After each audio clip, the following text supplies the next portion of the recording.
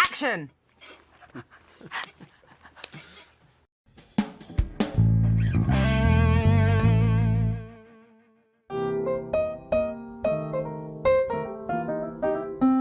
In between kind of the making of 19 and the touring of 19 as well, and then in the bit of downtime that I had, I started realising my own flaws and my own disappointments, and I started regretting a lot of stuff. And when I was 18, 19 and doing the first record, I didn't regret anything. Do you know what I mean? I was very much a teenager and thought I knew it all and thought there was nothing else I could ever learn. And yeah, but I think that was because the intensity of this my last relationship that the record's about, that made me more aware of them things. So yeah, I used to have to lock myself in my house, get pretty drunk, write a drunk diary, because that's the only time I can ever admit things to myself. A drunk tongue is an honest one, in my opinion. And then the next morning I'd read it through with an awful hangover and in the cold light of day, you know, and have to sort of absorb my own feelings about myself. And I was a bit scared that I wouldn't be able to be articulate enough with this record because of them new revelations, but I was agile when it came to realising them things about myself, I suppose. But I mean,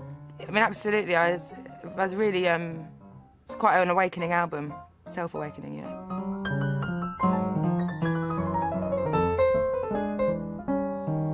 It's out of my system once the record's done. And it's that kind of thing of sort of stepping away and kind of taking a back seat a little bit and revisiting it live when I want to. You know, like I was saying, some songs would be too hard to sing. But yeah, it's like cheap therapy. It's brilliant, you know, and it's and then it belongs to whoever else. Hopefully, that record would help give hope to. I think definitely blues. Which is something I kind of pursued a little bit on this, and kind of, yeah, bluesy soul. I got really, well, I was exposed here because I was touring for so long to a lot of country and rockabilly and bluegrass and stuff like that. So I think I'm never going to make a country record because I don't think I have the right voice for it, but the melodies and the kind of fighting talk and to the point that I find in a lot of American styles of music is definitely something that I'm going to be pursuing heavily from now on. You know, I really want to go and spend some time in Nashville or Austin and learn about it. You know, I feel like a 4-year-old in a candy shop who's like discovering sweets again. Do you know what I mean? Like every day is pretty amazing when it comes to new artists.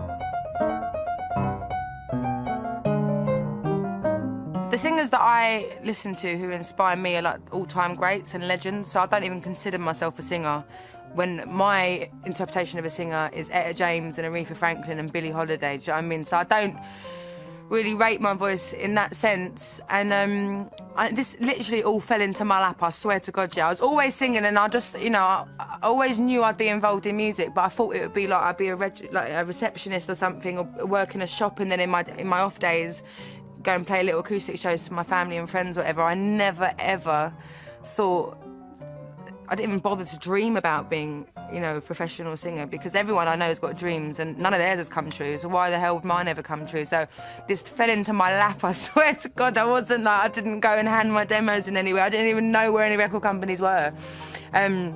So nothing's ever sunk in, so like, you know, I don't really remember very much. It's just quite like out-of-body experience. It's just a bit bizarre. Maybe a Martin Scorsese film. I don't know if I'm kind of trained enough to maybe be able to offer something that good for one of his movies. I really wanted to have the soundtrack for Love and Other Drugs, that Jake Gyllenhaal and Anne Hathaway film, and I was in for a good shot, but I submitted the wrong song. But that's my kind of movie, I love that kind of thing, so I would have loved that, but next time.